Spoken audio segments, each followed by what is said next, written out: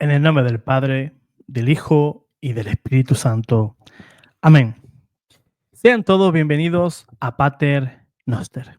En primer lugar, hermano o hermana, quisiera que enviaras un saludo pues, en los comentarios al canal para saber pues, de dónde nos estás viendo. Para mí pues, siempre es un placer pues, conocer a la audiencia del canal. Somos hermanos, formamos un solo cuerpo y qué mejor que conocernos, ¿verdad? Un poquito más. Aunque sea, pues, saber el lugar de origen o el lugar, pues, de donde reside, ¿no? Cada hermano, pues, si reside, no sé, en Argentina, en Paraguay, Estados Unidos, México, España, desde el lugar del mundo que me veáis, pues, estaré encantado de leer, pues, desde dónde escribís ese comentario. Pues hermanos, hoy quisiera presentar pues a una doctora, la doctora Rosana Mainar. Voy a compartir pantalla y así vamos haciéndonos una idea de lo que estoy hablando. Aquí. Esta es la doctora Rosana Mainar. Es una doctora que trabaja en un hospital de Madrid. Trabaja en la unidad de geriatría y también en cuidados paliativos.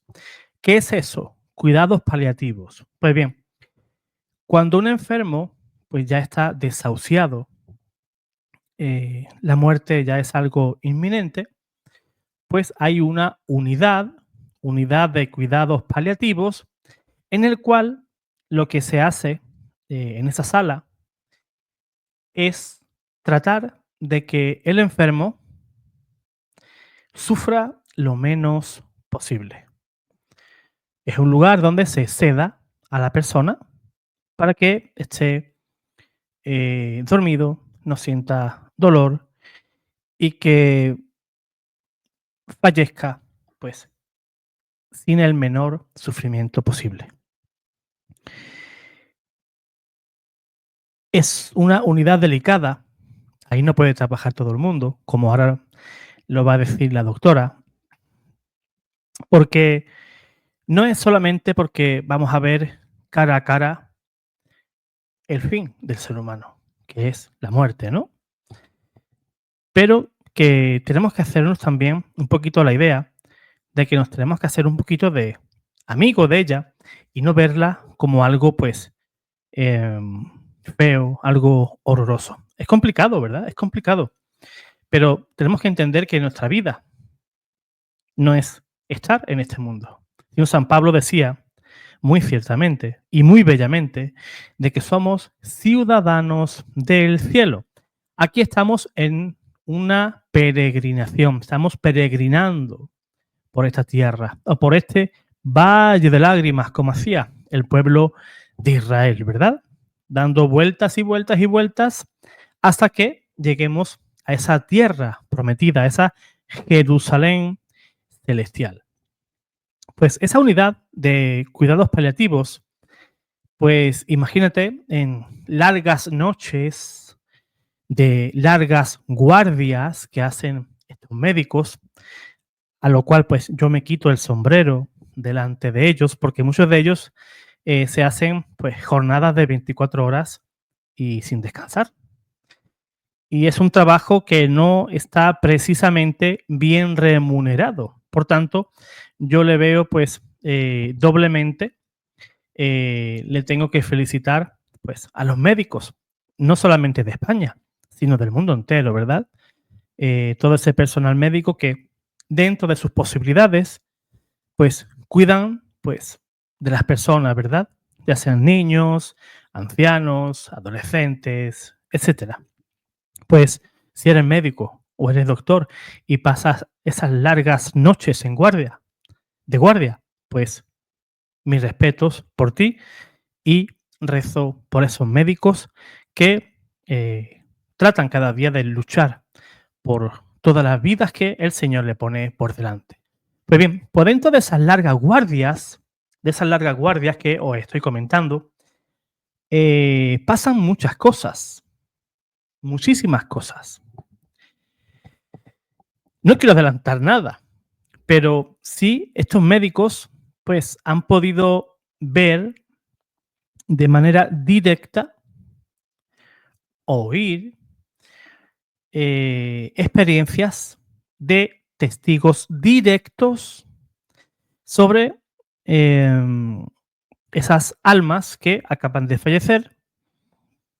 Está el cuerpo en esa camilla, el cuerpo yace sin vida, pero diferentes enfermos de los que están allí, pues reciben la visita de esos pacientes que se acaban de marchar. Y esas almas se acercan a otros enfermos, ¿para qué? Para darles ánimo.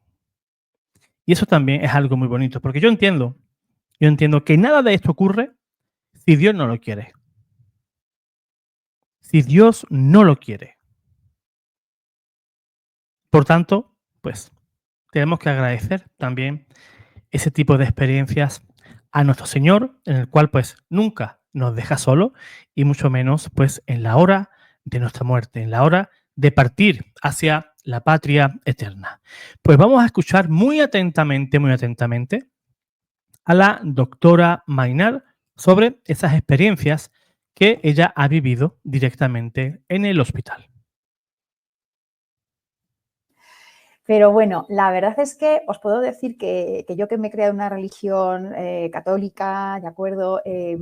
Siempre he tenido esa fe, esa esperanza de que existe algo más allá de esta vida, pero sí que es verdad que luego ya a nivel humano, a nivel médico, he tenido muchas experiencias acompañando a pacientes en el umbral final de su vida. Entonces, yo creo que cuando uno está metido en la vorágine del día a día, del estrés, muchas veces no llega a ver las señales que todos los días se viven milagros, pequeños milagros en la vida, ¿no? Desde esas pequeñas intuiciones que a uno le dicen de repente un ir por la calle, no vayas por este lado, crúzate por este otro y justo hay un atropello por donde no tenías que ir, ¿no? Todas esas especiales sensaciones, intuiciones, todo eso también es una manera en la que nuestra propia alma, yo creo que nos habla cada día y nos protege, ¿sí? En ese sentido, yo creo que cuando uno está más conectado con su parte espiritual y sobre todo cuando ya tienes evidencias delante de ti que te dicen, oye, algo pasa fuera del contexto científico y de lo que tú vives, es cuando uno se empieza a preguntar.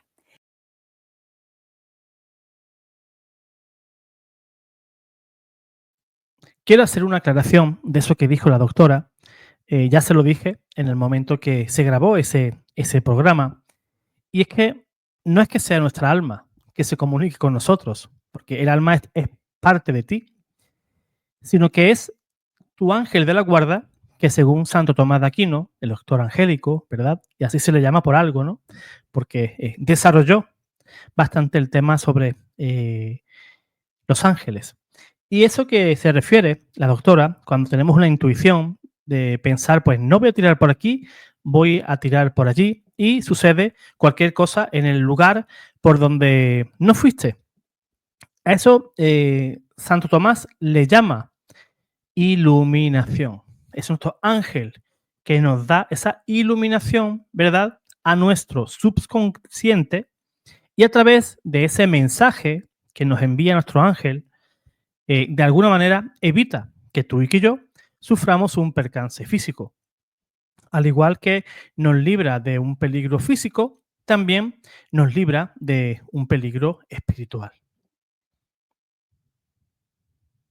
Pero es curioso porque en mi propia experiencia, estas experiencias, algunas de las que os voy a compartir, que me ocurrieron hace unos 10 años y que todavía sigo viviendo acompañando a bastantes pacientes, yo las vivía en el día a día, las asumía, pero no me paraba a pensar ni a tomar conciencia de ellas. Fue después, en el devenir de los años, en el devenir del acompañamiento a más pacientes, cuando yo, y a la par que se iban dando una serie de fenómenos en mi vida, una serie de libros que aparecieron, una serie de personas que conocí, cuando me dije, ostras, Rosana, que a lo mejor lo que has vivido a lo mejor es algo más mágico de lo que tú has llegado a pensar o de las casualidades que tú has llegado a pensar. Entonces, en otras entrevistas que me han realizado, sí que me ha llamado gratamente la sorpresa de la manera en que muchas personas me han hecho el feedback de que agradecidos de haberlas compartido y de haberles podido ayudar. He tenido también personas que me han escrito que estaban en situación final de vida y me han dicho que les ha dado luz y esperanza, con lo cual espero que con estas pequeñas experiencias que os voy a compartir también lo podáis vivir así. Tenemos muchas, no sé si queréis que empecemos por alguna más en concreto o no. José Manuel, no sé si hay alguna que te llame más la atención, pero cuéntame un poco, ¿qué quieres que os comparta? Hace referencia a la época en la que trabajé en la unidad de cuidados paliativos en un hospital comarcal de Madrid, capital, aquí en España.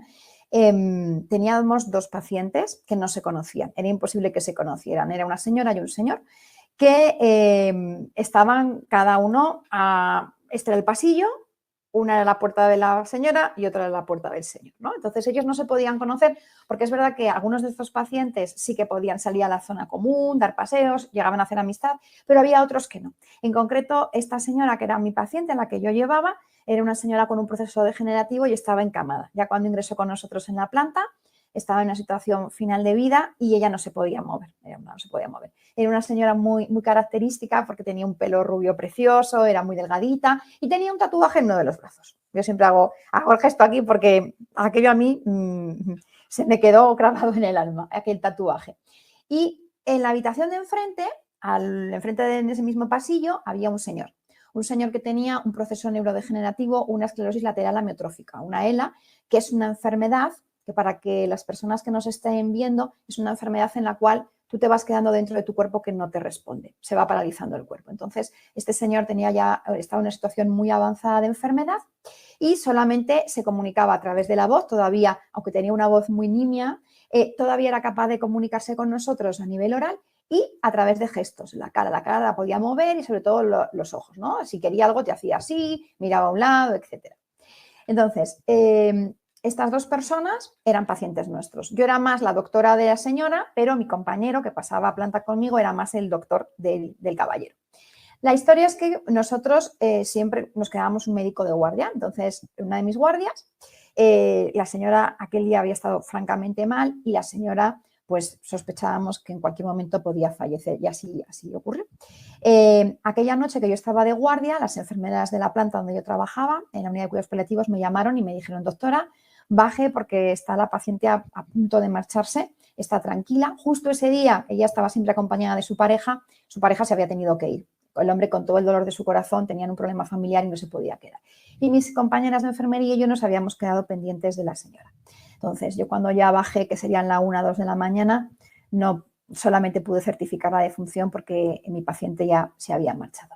Entonces, mientras yo estaba pues haciendo las últimas exploraciones que hacemos, pues comprobando que no hubiera pulso, que el corazón no latía, que no había signos de dolor, haciéndole un electro, que hacemos siempre para que el corazón aparezca con una línea plana, que es un signo de que ha fallecido la persona, uno de los varios que comprobamos. Una de mis enfermeras que estaba atendiendo a otros pacientes entró a la habitación de la señora blanca, cadavérica, con una cara tremenda, como si hubiera visto un fantasma, y me dice, doctora, por favor, ¿cuándo puede usted salga de la habitación y vaya a ver al paciente de enfrente, que le va a contar una cosa que yo no soy capaz de contárselo de verdad cuando pueda? Bueno, yo me quedé muy impactada porque es que realmente sabiendo ella que yo estaba atendiendo a esta señora en los últimos momentos, que para mí es un momento mágico, espiritual completamente, de acompañamiento y de despedida. Las auxiliares de clínica se quedaron con la señora que acaba de fallecer para preparar su cuerpo porque habíamos avisado a la funeraria, a su pareja para que vinieran a recogerla, y yo salí de la habitación y me encontré con mi compañera enfermera en el pasillo. Y le dije, bueno, ¿qué ha pasado? Digo, tranquila, porque es que la vi que estaba súper agobiada. Y me dice, mira, me acaba de decir el paciente, el señor de la habitación de aquí enfrente, una cosa que yo no soy capaz de decírtela.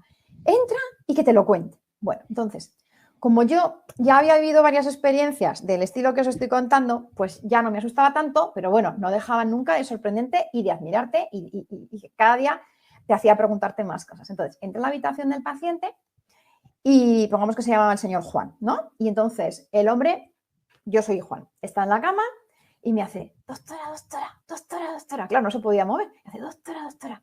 Y le digo, ¿qué pasa, Juan? ¿Está bien? Y el hombre estaba un poco sudoroso, con la cara un poco como de no asustado, pero como de sorprendido, ¿no? Entonces me acerqué a él, porque ya os comentaba que hablaba siempre como en una voz muy suave, y me dijo, doctora, acaba de entrar una señora y me ha dicho que no me preocupe, que morirse no es para tanto. Me quedé, dije, ¿cómo? Porque claro, imaginar, noche 2, 3 de la mañana en una planta de hospital.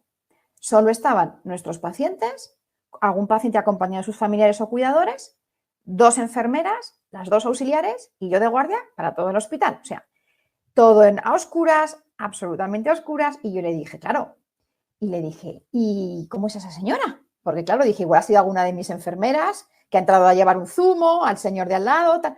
Y me dice, y me describe, oh sorpresa, a una señora rubia, de pelo largo, y me dice, tiene un tatuaje y me señalaba al brazo.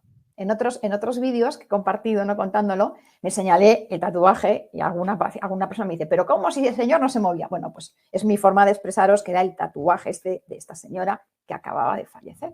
Es decir, me describe a la señora que acababa de fallecer. Bueno, imaginaos lo que sentí en ese momento y dije, ¿cómo?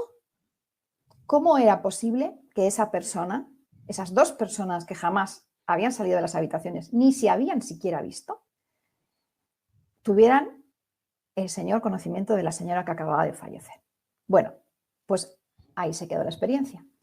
Tranquilicé al señor, le vi que el señor me lo contaba como sorprendido, ¿de acuerdo? Porque es que era imposible esa descripción. No teníamos ninguna enfermera, ningún auxiliar, yo llevo el pelito corto siempre y ese pelo de esa señora era muy característico y sobre todo el tatuaje. Cuando me dijo el tatuaje y me señaló con la vista mi hombro, me hizo así, ay, me decía. Yo dije, Dios mío, me está describiendo a la persona que acaba de fallecer. Y es más, le dije, ¿y eso cuándo ha sido, Juan? ¿Cuándo lo has oído? Y me dice, pues ahora mismo, un poco antes de que haya entrado usted. Dice, yo he notado que usted, porque le he oído hablar, entraba en la habitación cercana a la mía y en ese momento he visto a esta señora entrar y se ha marchado. Él me señalaba con la vista, me hacía así, como no que salía por la puerta, sino que se iba como hacia la ventana la otra señora. A todo esto, el compañero de habitación que estaba al lado estaba completamente dormido y no recuerda y no se acuerda de nada, porque lo estuvimos hablando con él el día siguiente. Entonces, que según lo que me comentaba, si yo estaba entrando en la habitación, justo al mismo tiempo que yo entraba en la habitación, que la señora yo me la encontré fallecida, su alma, su espíritu, lo que fuera, estaba saliendo de ella y iba a darle un mensaje a él. Entonces, realmente no fue una alucinación, ¿no? Os lo comento porque normalmente sabréis que muchas personas cuando están muy malitas o estamos muy malitas, incluso cuando tenemos fiebre, los niños pueden tener alucinaciones y ver cosas cuando hay 40 de fiebre, 41, ¿de acuerdo? Pero una alucinación, de acuerdo, de alguna manera, se suele vivir con mucha inquietud. Normalmente las personas que tienen alucinaciones por la noche, cuadros confusionales, al día siguiente no recuerdan nada, incluso te dicen como médico que han dormido fenomenal y a lo mejor han lanzado el vaso del agua por la habitación o han llamado de todo al enfermero, a la enfermera o al médico, ¿vale? Pero él te hacía luego al día siguiente una crítica y te volvía a contar lo mismo. O sea, el recuerdo era nítido. Y es más, las que de alguna manera no lo acababan de ver como tal eran los compañeros del equipo, porque a la mañana siguiente, recuerdo saliendo de la guardia, que yo ya no dije nada, porque lo primero que si comentabas esto en los equipos te decían, uy, necesita más medicación para que no tenga alucinaciones. Y yo me acuerdo que aquella mañana la enfermera que había estado conmigo, que por cierto, la pobre pidió marcharse de paliativos, porque se quedó tan espeluznada y estaba tan asustada que no daba crédito a lo que había vivido, porque ella también se lo había comentado al paciente, ¿de acuerdo? Pidió el cambio y le comentó a las enfermeras del turno de que venían por la mañana lo que había ocurrido. Entonces, cuando yo bajé después de haber desayunado por la mañana a dar el cambio de guardia, a pasar planta, etcétera, antes de marcharme de la guardia, las enfermeras me dijeron, oye, doctora, ¿qué nos tienes que contar? Porque se contaban todo, claro, nos contábamos todo. Y yo, claro, yo no les iba a contar nada porque sabía lo que me iban a decir. Y les dije, ¿qué os tengo que contar? Y entonces me dijeron, nos ha dicho nuestra compi lo que ha pasado esta noche. Y les dije, y me dijeron, bueno, tendrás que ponerle más haloperidol al paciente. Y dije, no, ¿por qué le voy a poner haloperidol? No es una alucinación, es algo que él ha vivido. Y además, doy fe de que lo que ha vivido puede que sea cierto. Entonces, partiendo de que no sabemos absolutamente todo. Muchas veces yo pienso, en medicina, las barbaridades que hace siglos se han hecho y que luego hemos criticado a la luz de los ojos científicos de ahora, seguramente estamos haciendo ahora cosas que dentro de unos años, siglos, nos van a decir, pero ¿cómo eran tan zoquetes de no darse cuenta que realmente las vivencias de espíritu van más allá de lo corporal, de lo que uno vivencia, de lo que uno ve, ¿no? Entonces, sé que estas cuestiones levantan muchas ampollas a nivel científico, ¿no? Porque es que no tenemos todavía la capacidad científica, a rasgos de la ciencia de hoy en día, pragmática, de poder explicar muchas cosas que ocurren en la vida y al final de la vida. Pero que no lo sepamos explicar no quiere decir que sea mentira y que no exista. Eso es algo que quiero transmitir. Hay una cosa que me parece súper interesante de lo que comentas y que me gustaría comentaros. Yo siempre digo a mis pacientes que yo soy su médico. Yo he atendido personas de todo tipo, clase, actuaciones, o sea, he atendido desde etarras, me ha tocado atender, ¿vale?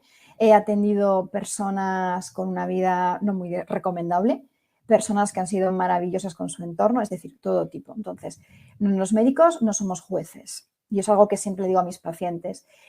A mí, lo siento, pero hago a un lado siempre lo que haya podido hacer esa persona. Yo soy su médico en ese momento, ¿vale? Y la relación médico-paciente es íntima, personal y es lo más humano que puede hacer una persona por otra. Pero también os puedo comentar que, por ejemplo, en la unidad donde trabajé y en otras unidades donde he trabajado, hemos atendido personas de todo credo religioso, ateas, es decir, de todo tipo. Y las experiencias que han vivido han sido muy similares todos. Porque hay que distinguir entre lo que es la religiosidad de lo que es la espiritualidad también.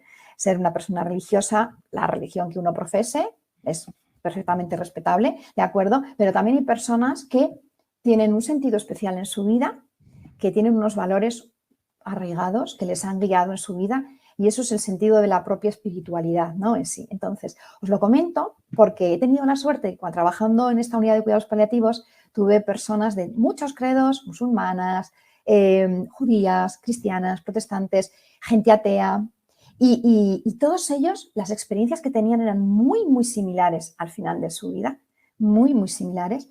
Y es verdad que incluso personas y os puedo contar una experiencia preciosa que tuve con una persona que vino a morir a nuestra unidad y que salía de la cárcel, ahora os lo voy a contar, ¿de acuerdo?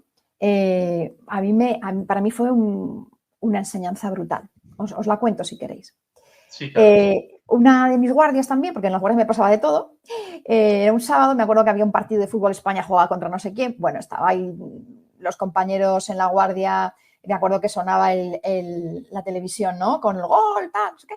Bueno, pues llamaron como a las 3, 4 de la mañana de una de las cárceles de aquí de Madrid, diciéndonos que había un preso que estaba en situación límite, que iba a fallecer próximamente, ¿vale? Y que tenía un tercer grado para poder fallecer en un hospital. Entonces, se hicieron las gestiones para que pudiera venir a nuestro hospital. Yo estaba de guardia, vino en una ambulancia desde aquella cárcel. Nuestro hospital estaba a las afueras de Madrid, casi colindando con Toledo, y había un buen trozo hasta que llegaban, ¿no? Entonces, imaginaos, llovía además, o sea, bueno. Me encuentro, cuando llega este señor, me avisan los celadores de la entrada del hospital que acaba de llegar el paciente. Yo voy a recibirlo con la enfermera. Me encuentro un señor que no lo olvidaré nunca, era un señor súper alto, aunque venía en la camilla tumbadora, súper alto, era como el Quijote, a mí me recordaba como el Quijote, alto, delgadísimo, de nacionalidad argentina, esa ya me lo dijo, y lo primero que me dijo este hombre fue, me agarró de la mano y me dijo, además venía que se estaba ahogando porque tenía un cáncer de pulmón muy avanzado y el hombre la verdad es que le quedaban días, horas, estaba muy malito. Y me mandó, el médico de la cárcel se puso en contacto conmigo telefónico y me dijo, Rosana, ha sido imposible dejar que le tratásemos con nada. Decía que él no merecía ser tratado como un ser humano. O sea, eso os cuento. Entonces, el hombre venía con su historial. Efectivamente, el médico de la cárcel no había podido tratarlo de ninguna manera, ¿de acuerdo? Y lo primero que me dijo cuando me agarró la mano fue, doctora, yo no merezco morir como un ser humano. No me pregunte lo que he hecho, pero no merezco morir como un ser humano. No quiero que me ayude, me dijo. O sea, que yo, imaginaos, yo acostumbrada a ayudar, a intentar que los pacientes se fueran tranquilos, sin dolor, que pudieran trascender, tal, me impactó. Bueno, mi enfermera y yo nos quedamos muy impactadas. Bueno, cuando le pasamos a su habitación, la acomodamos en la habitación, le explicábamos un poquito, ¿vale? Venía muy ahogado, venía con mucho dolor, no quería tampoco cenar nada, bueno, venía francamente mal. Entonces, yo me quedé a solas con él en la habitación, le abrimos la historia clínica, recogimos sus datos y tal, nos costó mucho porque venía muy mal. Le pregunté que si quería que llamásemos a alguien, ¿de acuerdo? Y nos dijo que no, que él quería morir solo, que se había portado tan mal con tantísimas personas. Doctora, me volvió a decir, no me diga lo que he hecho porque no me querría ni mirar a la cara. Y le dije, mire, pongamos que se llamaba Rafael. Mire, Rafael, me importa muy poco en estos momentos lo que le haya pasado en su vida o las cosas que haya podido cometer. Está usted aquí para intentar estar tranquilo, no tener dolor, y si usted me lo permite, le voy a acompañar hasta el final con el equipo que estamos trabajando con usted. Bueno, aquella noche fue terrorífica. El hombre gritaba del dolor, no quería nada, pero no sabemos lo que pasó aquella noche, porque de repente dejamos de oírle. Para nosotros fue muy duro, escuchar aquello. Y a la mañana siguiente, cuando yo entré a esa habitación, la cara del hombre había cambiado por completo. A mí nunca me contó qué pasó en esa habitación, ni qué pudo pensar, ni qué pudo ver, si es que vio a alguien, pero de repente me dijo, doctora, necesito que me ayude, quiero marcharme en paz. ¿Le importa? Y le dije, para nada. A este paciente conseguimos ponerle medicación, al final estuvo mejor controlado su dolor, su fatiga, y al final entró en coma y falleció.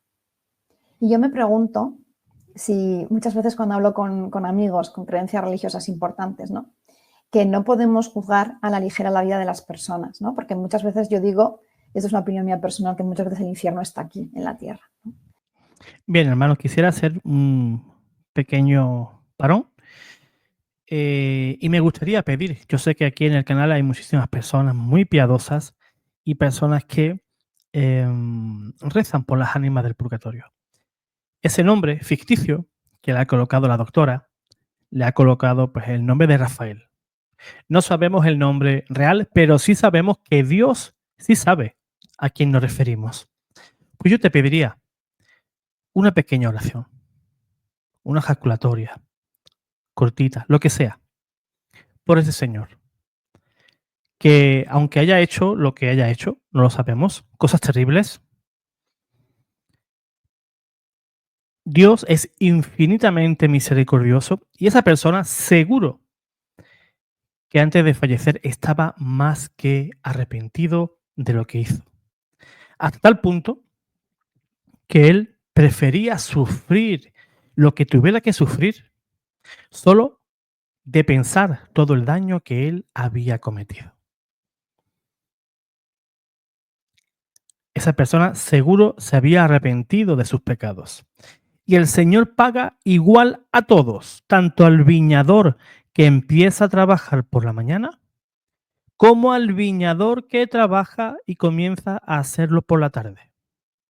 El Señor nos espera hasta el último aliento. Pues una pequeña oración por esa persona de nombre ficticio, Rafael. El nombre real, Dios lo conoce. Y la verdad es que os quería transmitir esta experiencia de vida, ¿no?, con esta persona, porque a mí me enseñó muchísimo a que realmente, como con esta conciencia que tenemos en esta vida, no sabemos realmente qué puede haber en el más allá. Hay una esperanza, incluso para las personas que hayan tenido una vida complicada, digámoslo así, hayan podido tener unas situaciones muy complicadas, con incluso cosas legales, etcétera, que no somos nadie para juzgar a nadie en esta vida. Y yo espero y creo, por las percepciones que he tenido, por los acompañamientos que he tenido, que todos merecemos un descanso y una conciliación, primero con nosotros mismos antes de marcharnos. Pero sí que es verdad, muy bien como has dicho, José Manuel, y estoy contigo plenamente, en que como uno haya vivido, va a ser como muera, porque lo he comprobado en muchísimos pacientes.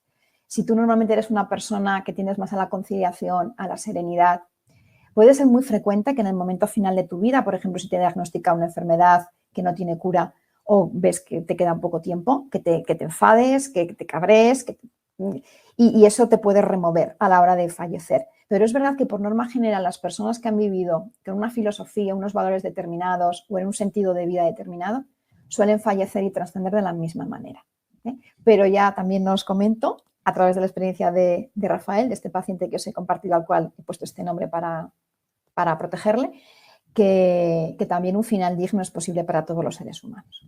También lo es.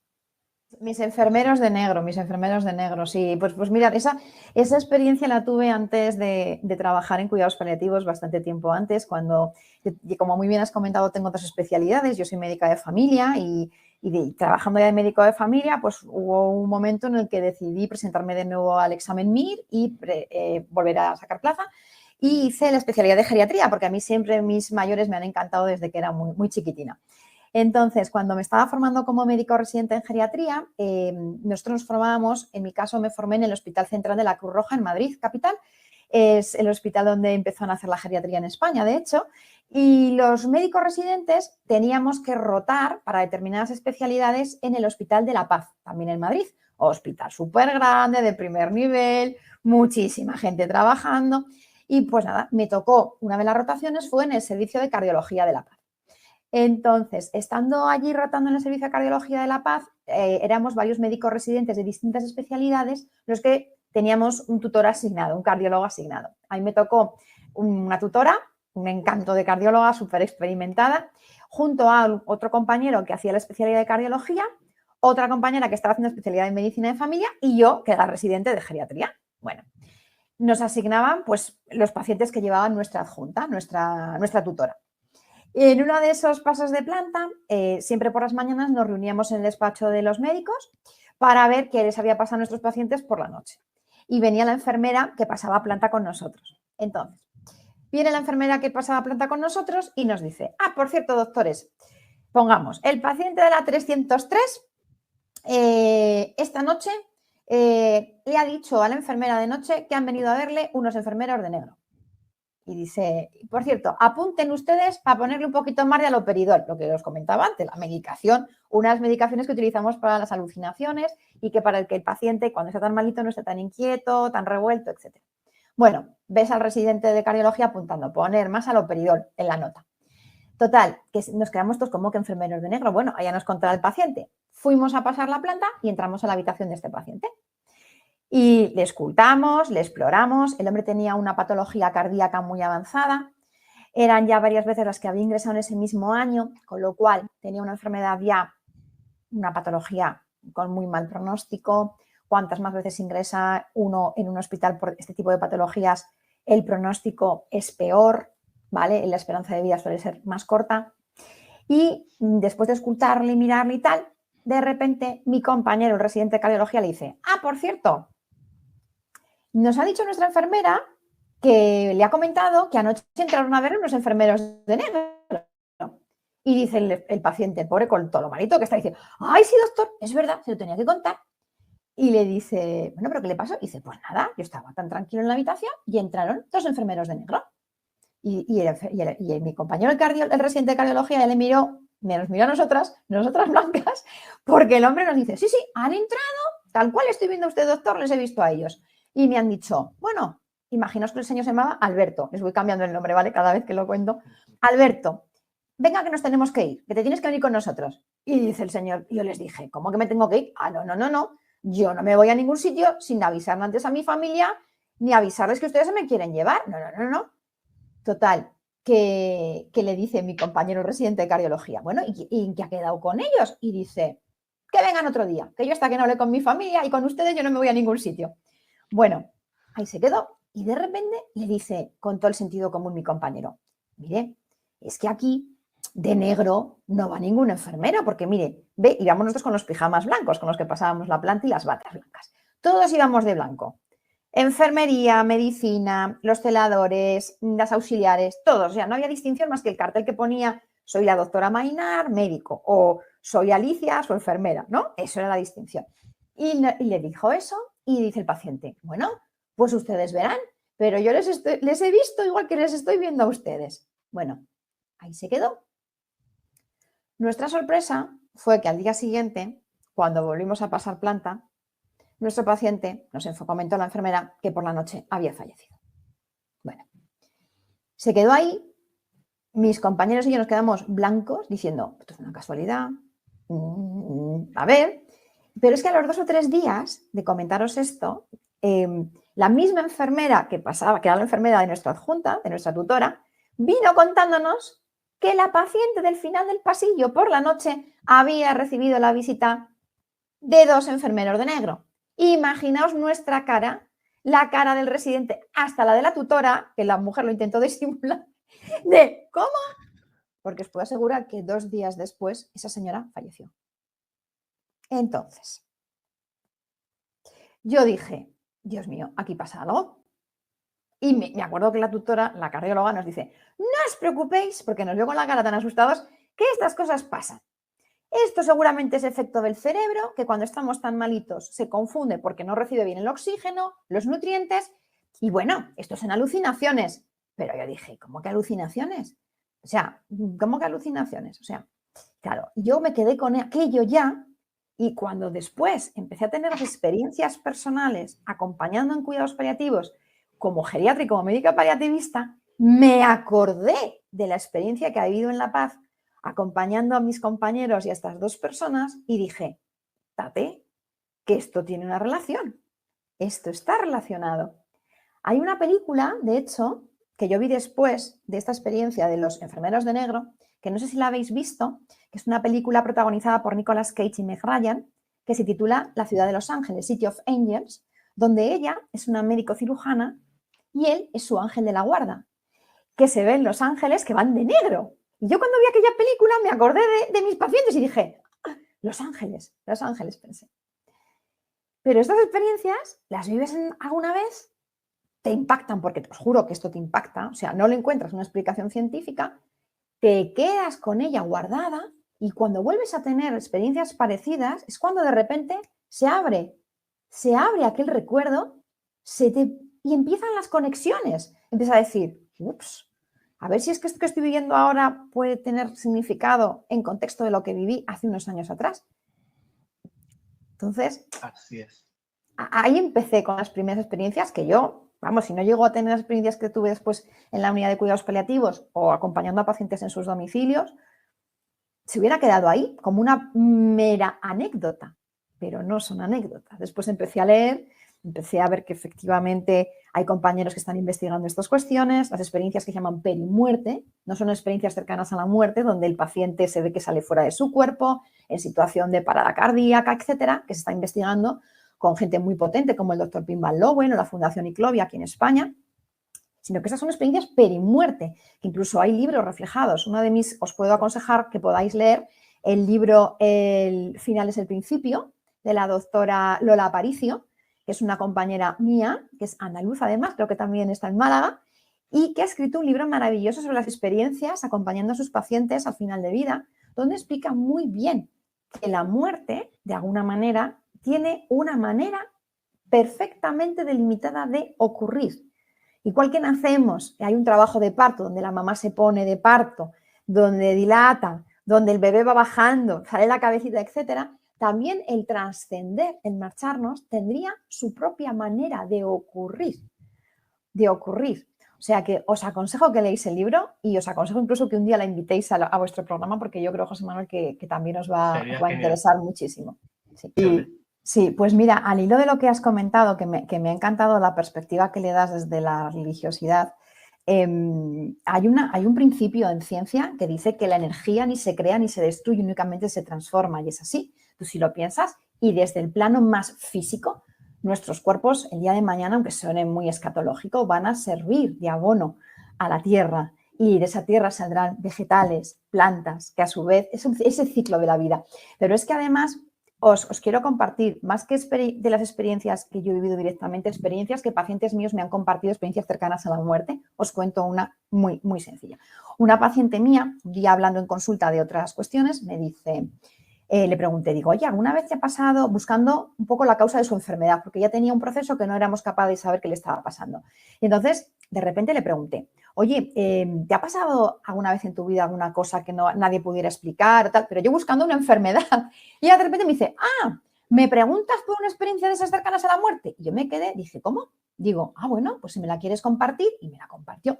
Y ella me contó la historia de cuando, que era siendo pequeña, en el pueblo en el que ella vivía, ¿no? Pues hacían corrida de vaquillas. Y entonces ponían todos los carros del pueblo en una especie de plazuela para que los mozos del pueblo se echaran al ruedo y toreas en las vaquillas. Bueno, pues según lo que ella me contó, en el carro en el que ella se subió con su madre y las vecinas y todo, el carro se desplomó y ella tuvo un traumatismo craneoencefálico entrando en coma y era muy pequeña. Y ella me cuenta que esto lo sabe, que estuvo casi 2 meses en coma en la habitación de su casa en el pueblo, que el médico la iba a ver y que ella dice, yo no me acuerdo de haber perdido conocimiento, yo lo que recuerdo es verme desde el techo de la habitación de mi cuarto, viendo a mi madre llorar, al médico, a don fulanito, que venía todos los días a verme, ¿de acuerdo? Y yo me acuerdo de verme en la cama, pero yo decir, ¿pero qué hace ese cuerpo ahí? Y de repente darme cuenta que ese cuerpo era el mío.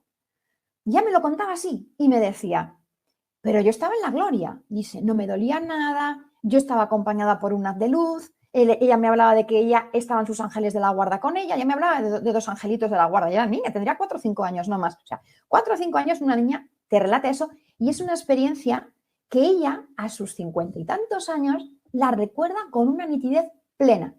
Y ella me comentaba, dice, mira Rosana, yo de repente noté como una fuerza que me absorbía de nuevo y entré al cuerpo y entonces empecé a sentir dolor. Me dolía todo, la pierna que era la que tenía rota, el cocotazo que me había metido en la cabeza tal, y se despertó. Dice, bueno, desperté y abrí los ojos de repente y me vi, y ha vuelto, ya le hemos jorobado, con lo bien que estaba. Entonces, ¿por qué os comparto esta experiencia cercana a la muerte de esta paciente mía maravillosa que me la contó en una conversación en consulta?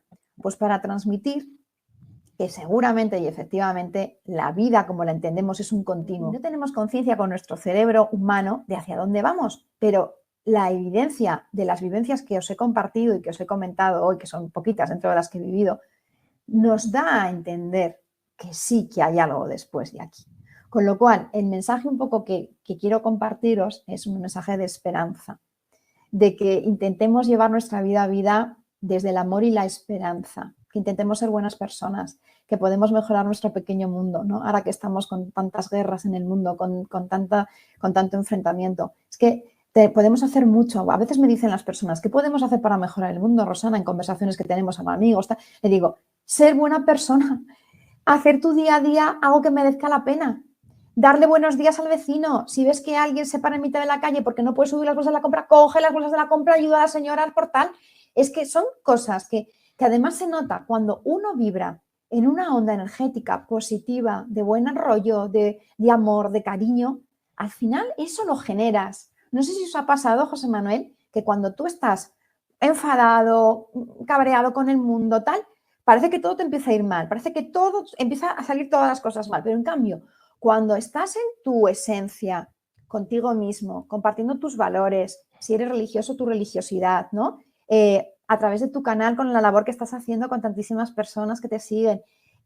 Yo en mi consulta, intentando ayudar a mis pacientes, acompañando cuando puedo. Yo creo que ese sería el mensaje. Un mensaje de esperanza, de humanidad y de que todos estamos en el mismo barco. Que es que la vida es muy bonita y tenemos que intentar hacer de cada día el mejor de los días de nuestras vidas. Lo primero de todo, darte las gracias a ti y a todas las personas que te vean. Gracias por tu programa. Yo lo descubrí a través de tu contacto y la verdad es que me pareció súper, súper bonito el proyecto que tienes.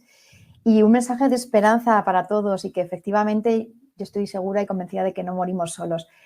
Sobre todo un mensaje de esperanza para todas aquellas personas que han tenido que perder a sus seres queridos en las hospitalizaciones, por ejemplo, durante la pandemia COVID, ¿no? Que no, por distintos motivos no pudimos o no pudieron estar en las habitaciones acompañando a sus seres queridos y fallecieron solitos. Que sepan que no han fallecido solos, que lo sepan. Estuvieron ahí, aparte físicamente, los compañeros médicos, enfermeras, todo el personal que estuvo allí.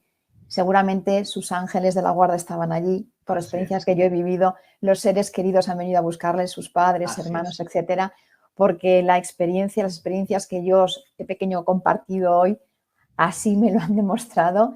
Y de verdad, mucho amor y mucha luz para todos. Y que no estamos nunca solos, jamás estamos solos.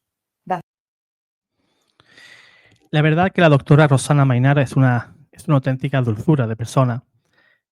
Son unos privilegiados, ¿no? Esos pacientes que ella atiende, porque una persona que tiene esa dedicación y ese amor por esas personas que están pasando un momento doloroso, un momento en el cual se enfrentan al mayor evento que te puedas enfrentar en tu vida, que es la muerte, el fin terrenal en este mundo. Y yo creo que eh, la doctora Mainar hace un trabajo precioso. Yo la intenté hace un tiempecito de volver a invitar, pero está súper ocupada, lógicamente. Quizás pues en un futuro pueda volver a venir al canal y contarnos pues más experiencias que ella vivió en el pasado, o incluso si ha tenido alguna más reciente, pues de igual manera. Y espero que os haya gustado, os haya sido enriquecedor pues este compartir de la doctora Rosana Mainar desde el punto de vista médico. Pues hermano, si te gustó, dale like, comparte, y si eres nuevo, pues suscríbete. De esa manera pues también apoyas al canal. Dios te guarde, Dios te bendiga.